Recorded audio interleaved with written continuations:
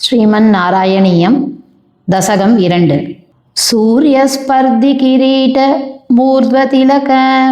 प्रोद्भासि पालान्तरं कारुण्याकुलनेत्रमाद्रहसितोल्लासं सुनासापुटम् गण्डोत्यन्मकराभकुण्डलयुगं खण्डोज्ज्वलत् कौस्तुभं त्वद्रूपं वनमाल्यहारपटल श्रीवत्सदीप्रं भजे केयूराङ्गदकङ्गणोत्तममहा रत्नाम्बुलीयाङ्कित श्रीमद्बाहुचतुष्क सङ्गतगदा शङ्कारि पङ्केरुहां काञ्चित् काञ्चन काञ्चिलाञ्छितलसत् पीताम्बरलम्बिनीम् आलम्बे विमलाम्बुजत् युधिपदां मूर्तिं तवार्तिच्छिदम् यत्रैलोक्यमहीयसोऽपि महितं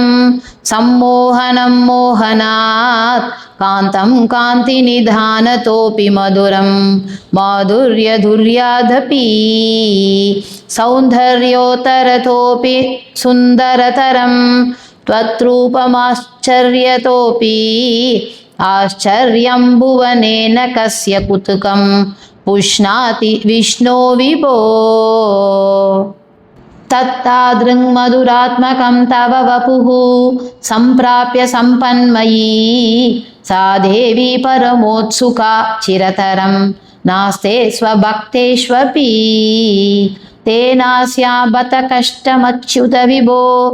त्वद्रूप मानोज्ञक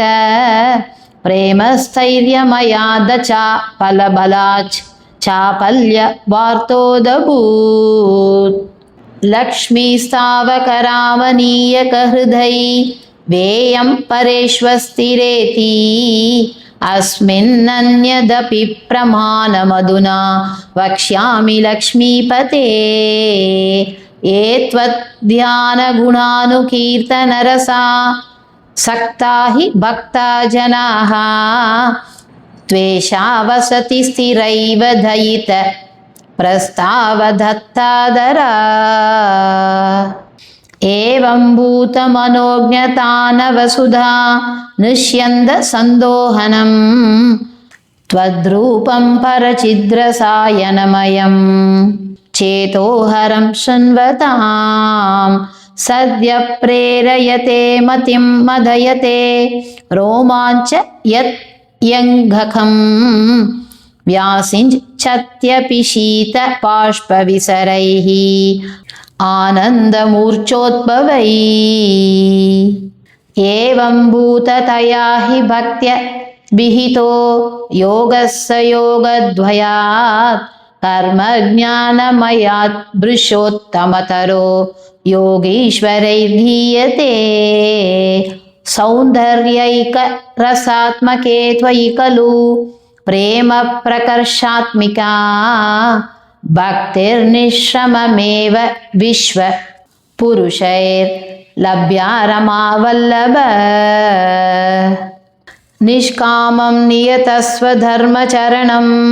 यत्कर्मयोगाभिदं तद्धूरेत्यफलं यथोपनिषद ज्ञानोपलभ्यं पुनः त्वत्व्यक्ततया सुदुर्गमतरं चित्तस्य तस्माद् विभो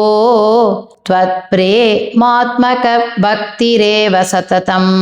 स्वाधीयसि श्रेयसी अत्यायासकराणि कर्मपटलानि आचर्य निर्यन्मलाः